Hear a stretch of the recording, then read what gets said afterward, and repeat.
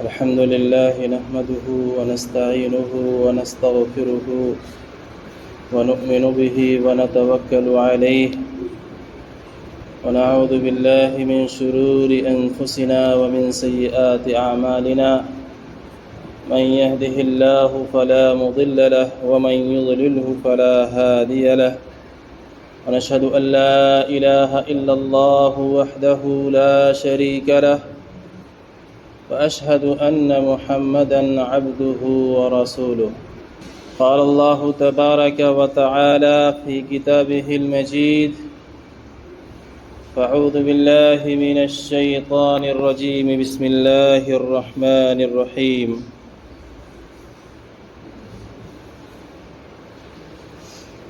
وما أرسلناك إلا رحمة للعالمين وقال الله تبارك وتعالى لقد كان لكم في رسول الله أسوة حسنة صدق اللہ العظیم۔ میرے محترم عزیز بھائیوں، بزرگوں اور ساتھیوں، اللہ تبارک و تعالی کا بڑا کرم ہوا، فضل ہوا، انعام ہوا کہ اللہ تبارک و تعالی نے ہم سب کو جمعہ کی ادائیگی کے لیے مسجد میں آنے کی توفیق عطا فرمائی۔ آج جو تاریخ چل رہی ہے، آج ہے 12 ربیع الاول کی تاریخ۔ آج ہی کے دن اللہ کے حبیب صلی اللہ علیہ وسلم کی ولادت شریفہ ہوئی۔ آج ہی کے دن ہمارے پیارے نبی حضرت محمد مصطفیٰ صلی اللہ علیہ وسلم اس دنیا میں تشریف لائے، اور ایسے وقت تشریف لائے جبکہ انسانیت تباہی کے دہانے پر کھڑی تھی۔ ہمارا معاشرہ ظلم و تاریکی میں ڈوبا ہوا تھا، لوگ بت پرستی میں گرفتار تھے۔ 360 بت خانہ کعبہ میں رکھے ہوئے تھے۔ کوئی سورج کو پوجتا تھا، تو کوئی چاند کو پوجتا تھا، تو کوئی ستاروں کو پوجتا تھا۔ غرضے کی اللہ کے علاوہ جو مخلوقات تھیں، ان مخلوقات کی پرستش ہو رہی تھی، ان مخلوقات کی عبادت کی جا رہی تھی۔ ایسے موقع پر اللہ کے حبیب صلی اللہ علیہ وسلم اس دنیا کے اندر تشریف لائے۔ عورتوں کی حالت یہ تھی کہ اگر کسی گھر میں بیٹی پیدا ہو جاتی تو باپ کا چہرہ کالا پڑ جاتا، باپ کا چہرہ سیاہ پڑ جاتا۔ بعض قبیلے تو یہاں تک کر گزرتے تھے کہ ان بچیوں کو زندہ زمین کے اندر درگور کر دیا کرتے تھے، زمین کے اندر دفن کر دیا کرتے تھے۔ یتیموں کا کوئی سہارا نہیں تھا، یتیموں کا کوئی ماوا نہیں تھا، یتیموں کا کوئی ملجا نہیں تھا۔ اس دور میں اللہ کے حبیب صلی اللہ علیہ وسلم اس دنیا کے اندر تشریف لائے۔ لوگوں کی اخلاقی حالات کیا تھے کہ لوگ شراب پینا فخر محسوس کیا کرتے تھے، جوا کھیلا کرتے تھے، خون خرابہ ہوا کرتا تھا، اور نسل در نسل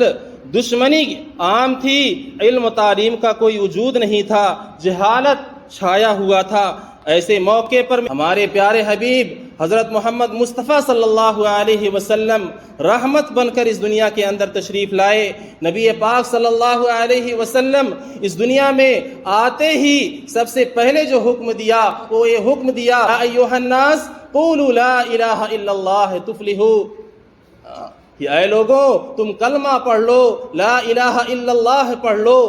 نہیں ہے کوئی معبود سوا اللہ کے، اس کو پڑھنے لگو، تم کامیاب ہو جاؤ گے۔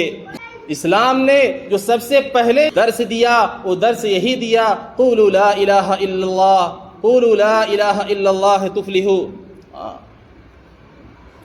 اسلام نے عورتوں کا جو مقام رکھا تھا،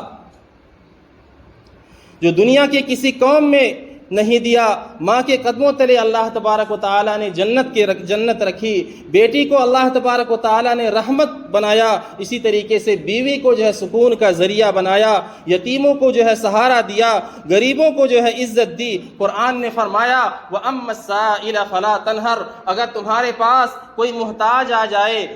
کوئی مسکین آ جائے، کوئی فقیر آ جائے، تم اسے مت جھڑکو۔ پیارے حبیب صلی اللہ علیہ وسلم کے اس دنیا میں تشریف لانے کے بعد اللہ تبارک و تعالی نے اپنے پیارے حبیب صلی اللہ علیہ وسلم پر قرآن پاک کا ایک ٹکڑا اتار کر یہ حکم دیا کہ یتیموں کے ساتھ اب وہ والا معاملہ نہیں چلے گا، ہاں ان کا کوئی ملجا و ماوا نہیں تھا۔ حبیب صلی اللہ علیہ وسلم کو مخاطب کیا گیا، بلکہ اہل اسلام کو جو ہے مخاطب کیا گیا۔ اسی طریقے سے میرے عزیز بھائیوں، بزرگوں اور دوستوں، ایک جو مساوات ہوا کرتی ہے، گورے کو جو ہے کالے کے اوپر فضیلت، یا اسی طریقے سے ایک عربی کو ایک غیر عربی یعنی اجنبی کے اوپر فضیلت اس دور میں ہوا کرتی تھی کہ ایک عربی اپنے آپ پر فخر کیا کرتا تھا، باقی جو اجنبی ہوا کرتے تھے ذلیل اس کو کیا کرتا تھا۔ اللہ کے حبیب صلی اللہ علیہ وسلم دنیا کے اندر تشریف لائے اور ایک کہنے لگے لا فضل لعربی علی اجمی، کسی عربی کو کسی اجمی کے اوپر کوئی فضیلت نہیں ہے، کسی عربی کو کسی اجمی کے اوپر فضیلت نہیں ہے، ولا لاحمر علی اسود الا بالتقوی، اور نہ ہی کسی گورے کو مگر ایک ہی تقوی۔ تقوی کو اللہ کے حبیب صلی اللہ علیہ وسلم نے بنیاد بنایا۔ اللہ تبارک و تعالی نے پیارے حبیب صلی اللہ علیہ وسلم کو جو تعلیم دی وہ تعلیم بڑی زبردست تعلیم ہے۔ یہی وہ انقلاب تھا کہ 23 سال کی برس میں محنت سے جو برپا ہوا، اندھیرے میں ڈوبی ہوئی دنیا کو اسلام نے جو ہے روشنی دی، جو ہے ظلم سے بھری ہوئی جو ہے دنیا کو جو ہے عدل و انصاف دیا، نفرت سے بھری ہوئی دنیا کو جو ہے محبت دی۔ آج بھی ہم اگر چاہتے ہیں کہ ہماری زندگی کے اندر جو ہے سکون آئے، معاشرے کے اندر امن قائم ہو، ہماری نسلیں جو ہے کامیاب ہو، قرآن و احادیث کو جو اپنے سینے سے لگا لیں،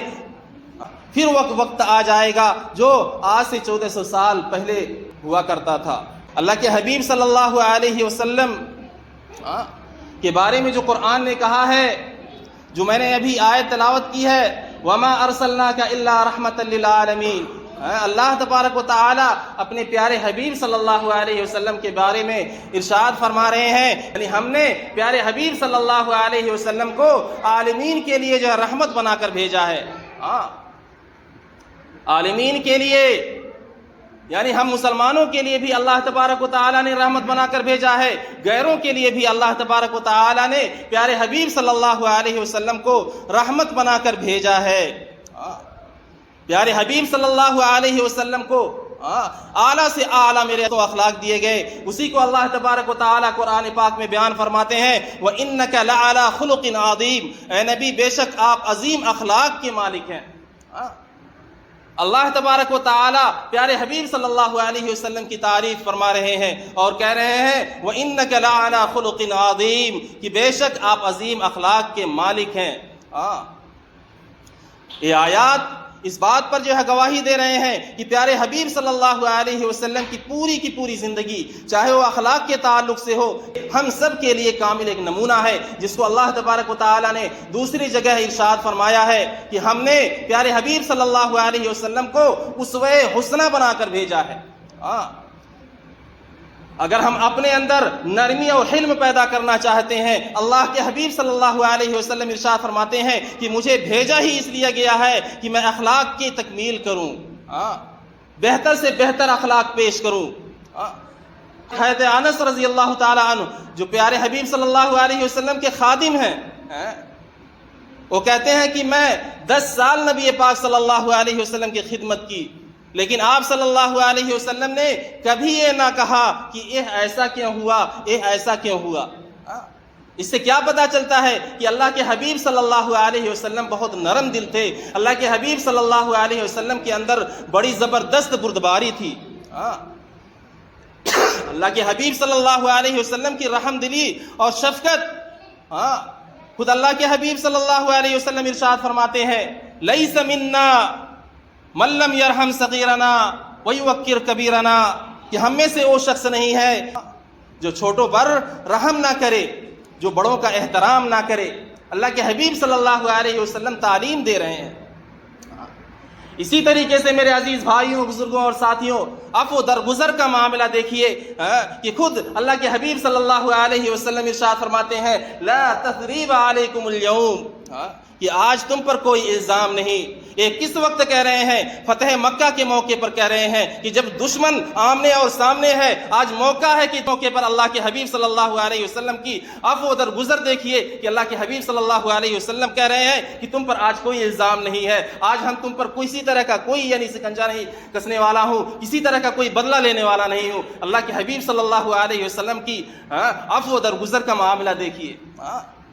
اسی طریقے سے سچائی اور امانت داری کے بارے میں دیکھیے کہ اللہ کے حبیب صلی اللہ علیہ وسلم ارشاد فرماتے ہیں کہ منافق کی علامت 3 ہیں۔ اگر کوئی شخص بات کرے تو جھوٹا بولے، اسی طریقے سے جب وعدہ کرے تو وعدہ خلافی کرے، اور اگر کسی کے پاس کوئی امانت رکھ دیا جائے تو اس کے اندر جو ہے خیانت کرے۔ اللہ کے حبیب صلی اللہ علیہ وسلم اپنے امتی کو یہ حکم دے رہے ہیں کہ جب تم وعدہ کرو تو وعدہ خلافی نہ کرو، وعدہ کو تم پورا کرو۔ اگر تمہارے پاس امانت رکھا جائے اس امانت کو تم واپس کر دو۔ اسی طریقے سے اگر تم کسی سے کوئی وعدہ کر رہے ہو تو اس وعدے کو پورا کرو۔ اللہ کے حبیب صلی اللہ علیہ وسلم نے یہ ہمیں تعلیم دی ہے۔ پیارے حبیب صلی اللہ علیہ وسلم کے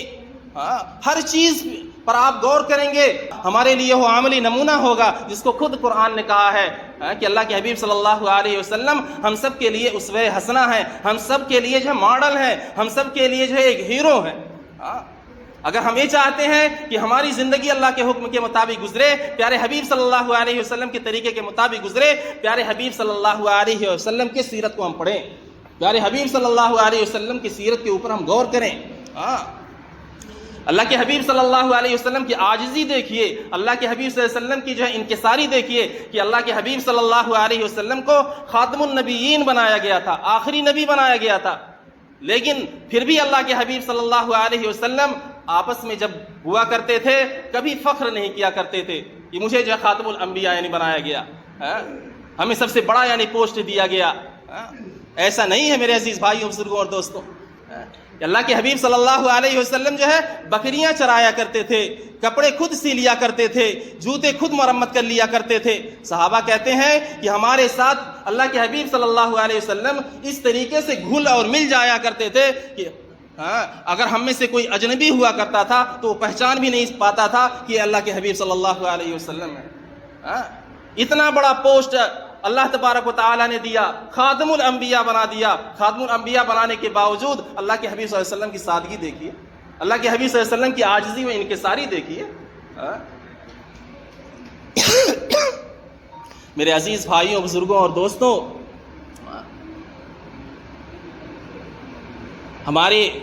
ان سب بات سنانے کا جو ہے مقصد جو ہے وہ مقصد صرف اور صرف یہی ہے کہ کس طریقے سے ہماری زندگیوں میں پیارے حبیب صلی اللہ علیہ وسلم کا اخلاق آ جائے، پیارے حبیب صلی اللہ علیہ وسلم کا جو ہے جو عفو درگزر ہے، اس طریقے سے سچائی و امانت داری ہمارے اندر آ جائے، کس طریقے سے جو ہے اللہ کے حبیب صلی اللہ علیہ وسلم والی جو ہے نرمی و حلم ہمارے اندر آ جائے، کس طریقے سے جو ہے رحم دلی اور شفقت جو اللہ کے حبیب صلی اللہ علیہ وسلم میں تھی وہ ہمارے اندر آ جائے۔ پیارے حبیب صلی اللہ علیہ وسلم کی جو بھی خصوصیات تھیں، جو بھی اخلاق حسنہ تھے، وہ کیسے ہماری زندگی کے اندر آ جائے۔ اس کے لیے ہمیں کوشاں ہونا ہے، اس کے لیے جو ہمیں پریشان رہنا ہے، اس کے لیے ہمیں جو ہے عمل کرنا ہے کہ پیارے حبیب صلی اللہ علیہ وسلم کے جو ہے ایک ایک سنت کو ہم تلاش کریں، ایک ایک سنت پر ہم عمل کرنے کی کوشش کریں، اللہ کے احکام کو جو ہے ہم قرآن کے اندر تلاش کریں، پیارے حبیب صلی اللہ علیہ وسلم کے احادیث مبارکہ کے اندر تلاش کریں، اور ایک ایک حکم کو ہم بجا لائیں۔ یہ دنیا بہت مختصر سی زندگی ہے میرے عزیز بھائیوں، بزرگوں اور دوستوں۔ پیارے حبیب صلی اللہ علیہ وسلم کے بارے میں ہم سب جانتے ہیں، پیارے حبیب صلی اللہ علیہ وسلم کے 40 سال کی جو عمر ہے اس سے پہلے یعنی بعثت سے پہلے پیارے حبیب صلی اللہ علیہ وسلم کا جو لقب ملا تھا وہ الصادق کا ملا تھا، الامین کا ملا تھا۔